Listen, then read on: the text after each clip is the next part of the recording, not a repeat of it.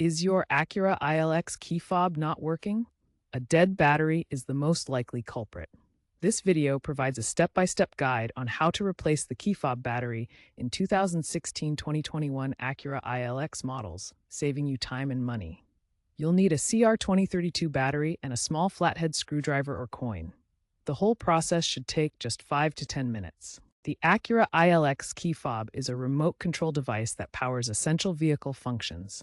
It allows you to lock and unlock the doors, release the trunk, and activate the panic alarm. The key fob is powered by a CR2032 3-volt lithium coin cell battery.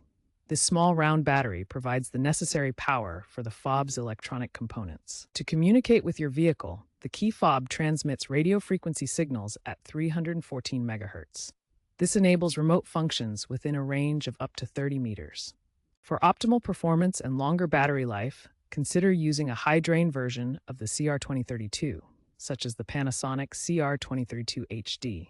This type is designed to handle the demands of electronic devices more efficiently. Before you start, ensure your vehicle is secure by locking the doors. Gather your tools, a small flathead screwdriver or a coin, and a new CR2032 battery. Optional, wear gloves to avoid getting fingerprints on the battery terminals. Work on a clean surface to prevent losing any small parts. Locate the seam on the back of the key fob. This is a small groove where the two halves meet. Insert the flathead screwdriver or coin into the seam and gently pry the fob open. Be careful not to apply too much force, as this could damage the plastic casing. Once open, you'll see the battery compartment with the circuit board exposed. Carefully slide the old CR2032 battery out of the compartment. Note the orientation of the battery.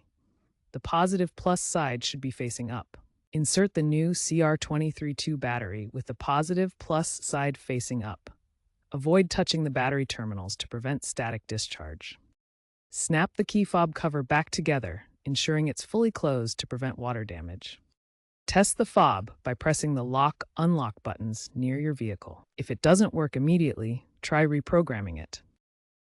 If the key fob doesn't work after battery replacement, you might need to reprogram it to resynchronize with your Acura ILX. First, insert the mechanical key into the ignition slot on your dashboard. Next, turn the key to the on position without starting the engine. Then, press the lock button on the key fob twice to complete the reprogramming. If problems continue, check your owner's manual or visit an Acura dealership for assistance.